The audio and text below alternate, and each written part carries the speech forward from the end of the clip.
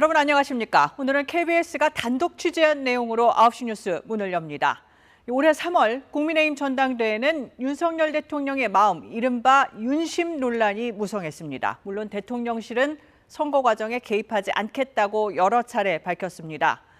그런데 대통령실 강승규 시민사회 수석이 전당대회를 앞두고 당대표 출마를 선언한 강신업 변호사 측 인사에게 전화를 걸어 출마 자제를 요청한 녹음 파일을 KBS 취재진이 확보했습니다. 강신업 변호사는 알려진 것처럼 김건희 여사의 팬클럽 회장을 지낸 인물입니다.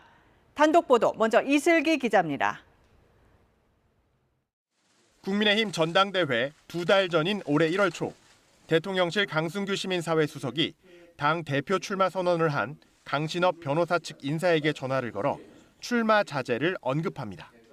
강신업 변호사 출마 좀 자제시킬 수 없을까? 이번에는 당대표군 최고위원 V가 그림을 그려서 총선을 내년에 V 얼굴로 치러야 되잖아요. V는 대통령을 지칭한 거로 보이는데 이유를 이렇게 설명합니다. 강신업 변호사 놓고 저쪽에 놓고 다 이렇게 막 우파 지지단체 나오면 굉장히 혼탁스럽고 그래서 질서가 안 잡히는 것 같아서. 강신업 변호사는 김건희 여사 팬클럽 회장 출신, 강 수석은 여사도 언급합니다. 무슨 문제가 있냐면 여사님하고 쭉 잘 나가고 있잖아요. 구설수가 나지. 그게 또 그러면 여사님이 다시 소환돼가지고. 설득이 쉽지 않을 것 같다고 하자 구체적인 형식까지 제안합니다.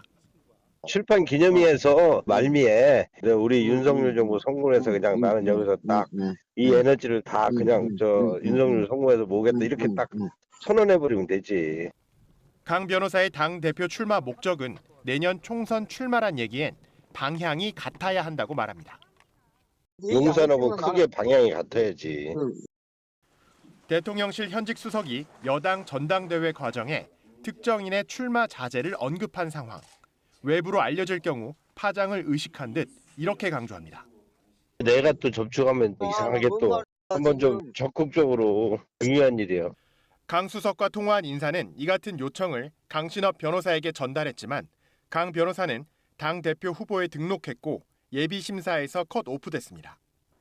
강 변호사는 KBS에 대통령의 본심이 아니라고 생각한다며 강 수석이 어긋난 충성심 때문에 그랬다고 생각한다고 말했습니다.